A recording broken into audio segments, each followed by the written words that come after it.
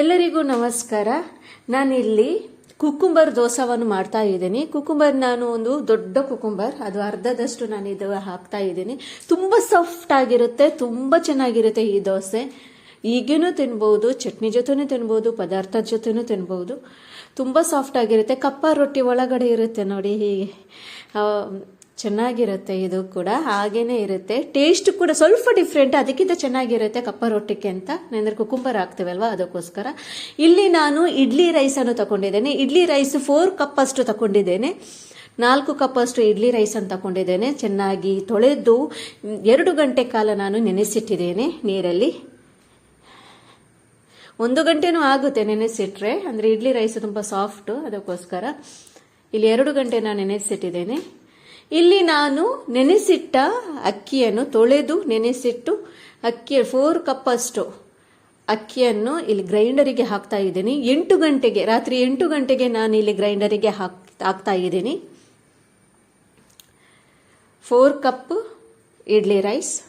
ಅದೇ ಬೌಲಲ್ಲಿ, ಅದೇ ಕಪ್ಪಲ್ಲಿ ನಾನು ಕೊಕೊನಟ್ ಅನ್ನು ತಗೊಂಡಿದ್ದೇನೆ.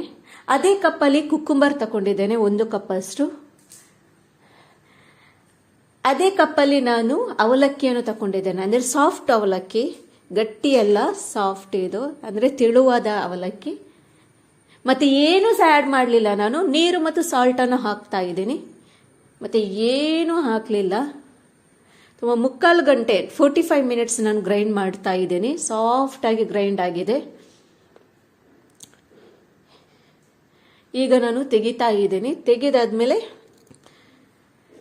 ಸಾಫ್ಟಾಗಿ ಗ್ರೈಂಡ್ ಆಗಿದೆ ನೋಡಿ. ಮಿಕ್ಸಿ ಜಾರಲ್ಲಿ ಕೂಡ ಸಾಫ್ಟಾಗಿ ಗ್ರೈಂಡ್ ಮಾಡಬೇಕು.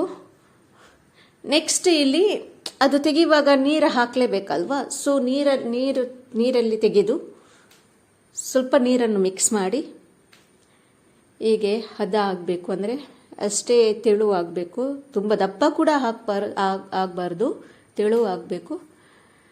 ಮತ್ತು ಇನ್ನೊಂದು ಪಾತ್ರೆಯಲ್ಲಿ ನಾನಿದು ಹಾಕ್ತಾ ಇದ್ದೇನೆ. ಅಂದರೆ ಉಬ್ಬಿ ಬರುತ್ತೆ ಅಲ್ವಾ ಬೆಳಿಗ್ಗೆ ತನಕ, ಸೊ ಅದು ನಾನು ಏನು ಮಾಡ್ತೇನೆ, ಹೊರಗಡೆ ಚೆಲ್ಲಬಾರ್ದು ಅಂತ ದೊಡ್ಡ ಪಾತ್ರೆಯಲ್ಲಿ ಹಾಕ್ತಾ ಇದ್ದೀನಿ. ಇಲ್ಲಿ ನಾನು ಕಾಟನ್ ಬಟ್ಟೆಯನ್ನು ನಾನು ಇಲ್ಲಿ ಹಾಕ್ತಾ ಇದ್ದೀನಿ, ಮುಚ್ತಾ ಇದ್ದೀನಿ ಅದಕ್ಕೆ. ಮತ್ತು ಲಿಡ್ಡನ್ನು ಮುಚ್ಚುತ್ತಾ ಇದ್ದೀನಿ. ಯಾಕೆಂದರೆ ಅದು ಬೆವರು ಬಂದು ಕೆಳಗಡೆ ಬೀಳುತ್ತೆ ಅಲ್ವಾ, ಸೊ ಅದಕ್ಕೋಸ್ಕರ ಕಾಟನ್ ಬಟ್ಟೆಯನ್ನು ಹಾಕ್ತಾ ಇದ್ದೀನಿ. ಇಲ್ಲಿ ಬೆಳಿಗ್ಗೆ ಮರುದಿವಸ ನಾನು ಇಲ್ಲಿ 6 ಗಂಟೆಗೆ ನೋಡ್ತಾ ಇರಬೇಕಾದ್ರೆ ಇಷ್ಟು ಉಬ್ಬಿ ಬಂದಿದೆ. ಸ್ವಲ್ಪ ಲೇಟಾಗಿ ಬಂದರೆ ತುಂಬ ಉಬ್ಬಿ ಬರುತ್ತೆ, ಅಂದರೆ ತುಂಬ ಚೆನ್ನಾಗಿ ಬರುತ್ತೆ. ಆದರೆ ನಮಗೆ ಲೇಟ್ ಆಗುತ್ತೆ, ಅದಕ್ಕೋಸ್ಕರ ನಾನು 6 ಗಂಟೆಗೆ ಇಲ್ಲಿ ದೋಸೆ ಮಾಡ್ತಾ ಇದ್ದೀನಿ ನೋಡಿ.